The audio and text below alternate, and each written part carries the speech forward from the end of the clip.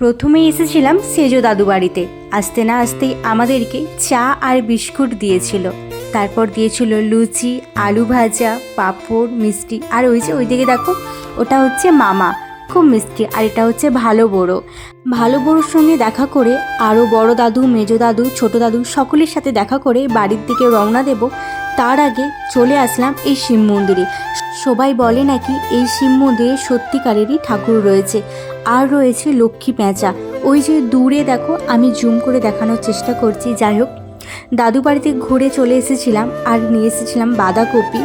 আর পরের দিন যাবার ছিল আমাদের নৈহাটি, তাই আমি বাড়ি থেকে কিছু সামগ্রিক জিনিস কিনে নিয়েছিলাম যাতে ওইখান থেকে না কিনি। ফাইনালি বাড়ি থেকে রওনা দিয়ে আমি বাড়ির দিকেই চলে আসলাম। আজকে দিনটা আমার সত্যি খুবই ভালো কেটেছে। অনেক দিন পর আমি দাদু বাড়ি থেকে ঘুরে আসলাম। আর আজকের লুকটা আমার কেমন লেগেছে প্লিজ কমেন্টে একটু জানিও। যদি আমার ভিডিও ভালো লেগে থাকে চ্যানেলটা সাবস্ক্রাইব করে পাশে থেকো আর কমেন্টে জানিও কেমন হয়েছে। চলো টাটা, সকলে ভালো থাকো, সুস্থ থাকো।